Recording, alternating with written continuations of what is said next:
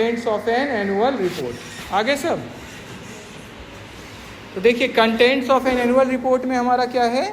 कि क्या क्या इसके पार्ट्स जो है क्या क्या रहता है इसमें। तो इसमें हम लोग डिटेल में देखेंगे कंटेंट्स वाला। देखिए तो एक कॉम्प्रिहेंसिव डॉक्यूमेंट है एनुअल रिपोर्ट जो प्रोवाइड करता है स्टेक होल्डर्स को,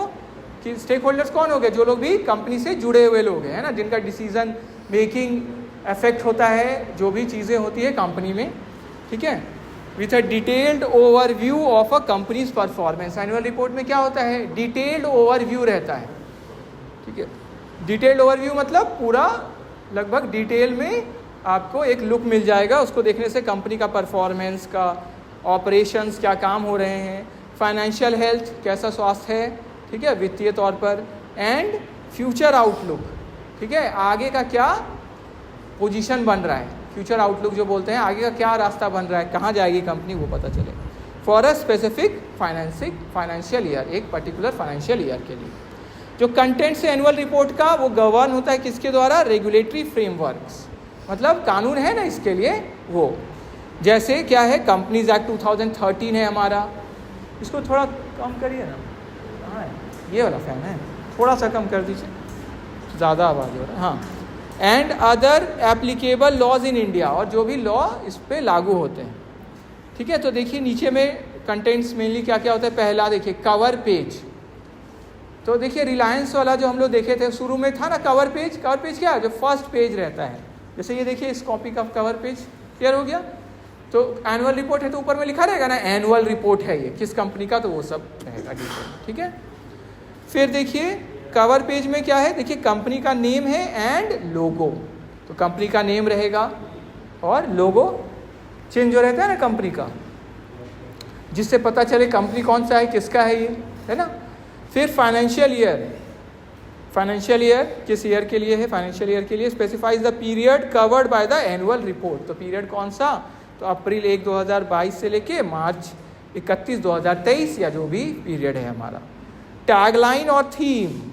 कभी कभी टैगलाइन या थीम भी रहता है, देखिए ऑफन इंक्लूड्स अ थीम और slogan reflecting the company's vision और focus for the year, company क्या करना चाह रही है, कहाँ फोकस है। जाइए तो ऊपर देखिए, थोड़ा ऊपर जाइए, देखिए रिलायंस वाला जो था देखिए, तो उसमें ये सब चीज़ें हैं क्या, आगे आइए देखिए रिलायंस का RIL जो इंटीग्रेटेड रिपोर्ट, पिन कर दे रहे हैं हम, क्या पिन कर दे फिर से, रिपोर्ट सिलेबस के जस्ट नीचे है,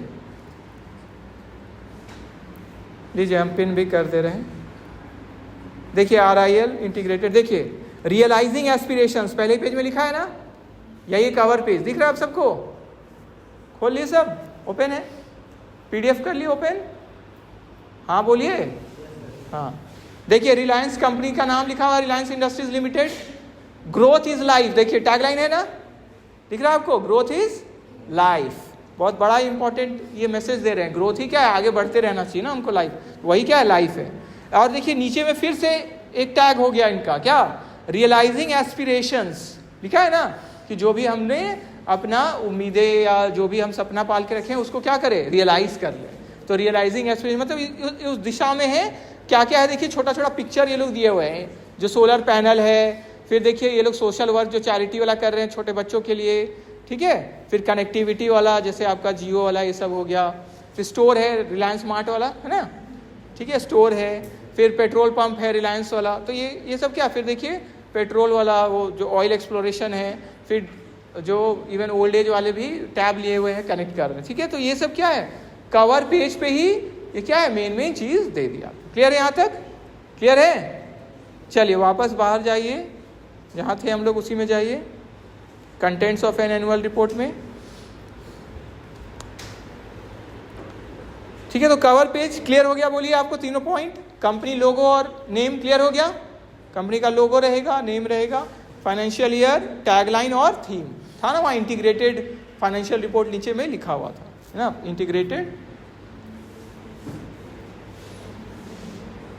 इंटीग्रेटेड एनुअल रिपोर्ट, ठीक है। चलिए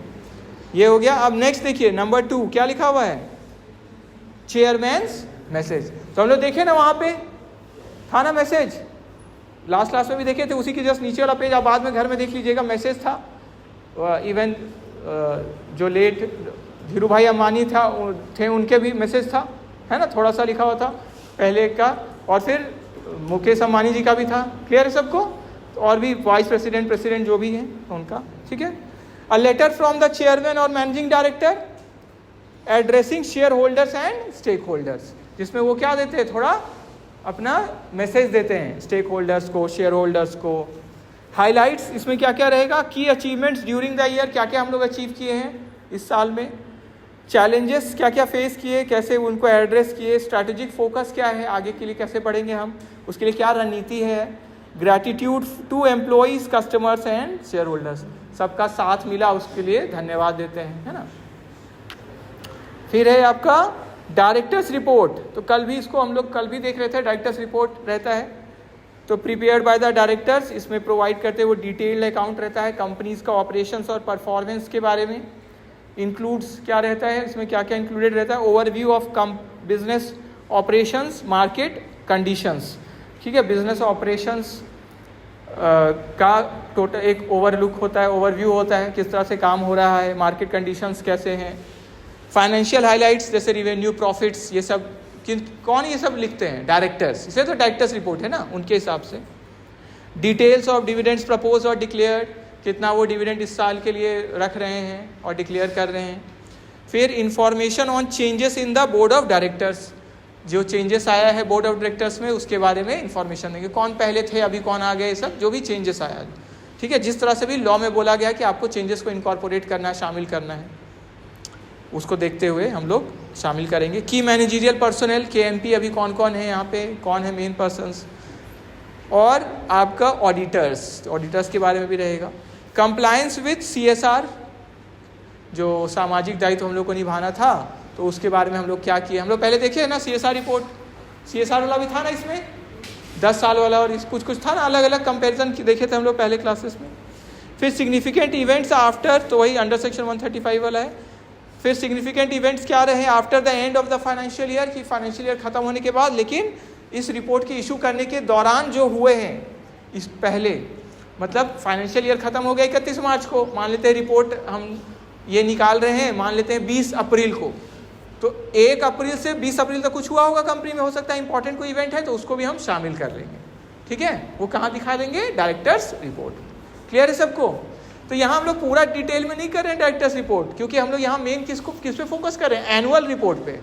है ना। डायरेक्टर रिपोर्ट पे तो फोकस नहीं कर रहे हैं, वो बस एक पार्ट है इसका, तो बस उसके अंदर थोड़ा सा क्या क्या आता है उसको बस हम लोग देख रहे हैं, क्लियर सबको।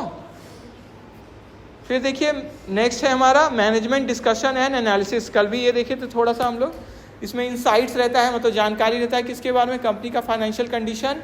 रिजल्ट्स ऑफ ऑपरेशंस, जो जो हम काम कर रहे हैं, और मार्केट डायनामिक्स, मार्केट में क्या क्या चेंज आ गया। फिर डिस्कसेस, क्या क्या डिस्कस करते हैं इसमें हम लोग, की drivers of performance, main factors क्या है परफॉर्मेंस के, ठीक है, कि क्या है मेरा मेन एरिया जिसमें हम अच्छा परफॉर्म, या किस कारण से हम अच्छा परफॉर्म कर रहे हैं।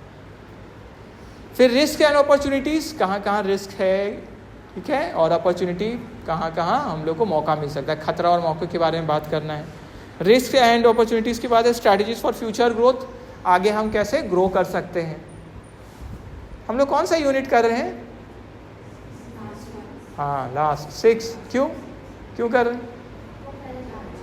पहले हम लोग लाइट वे में चल रहे हैं, क्योंकि अभी आपका सेमेस्टर 3 का एग्जाम नहीं हुआ है, नहीं तो सीधे कहाँ से स्टार्ट करते, प्रैक्टिकल और ये सब, ठीक है। तो अभी हमारे पास टाइम है, तो हम लोग पहले जो लाइट पोर्शन है ना उसको कर ले रहे हैं, इससे आपको अंडरस्टैंडिंग भी मिल जाएगा, ठीक है। तो ये आपके सिलेबस का ही बात हो रहा है ना, ये सारा चीज़ कहाँ है, सिलेबस में लिखा हुआ है, उसी के हिसाब से नोट्स है, ठीक है। फिर नेक्स्ट देखिए स्ट्रैटेजीज फॉर फ्यूचर ग्रोथ के बाद industry trends and competitive landscape, industry में कैसा ट्रेंड चल रहा है ना, क्या रुझान है अभी, कैसा चल रहा है, और कॉम्पिटिटिव लैंडस्केप, कैसा कंपटीशन है हमारा कंपटीटर्स के साथ।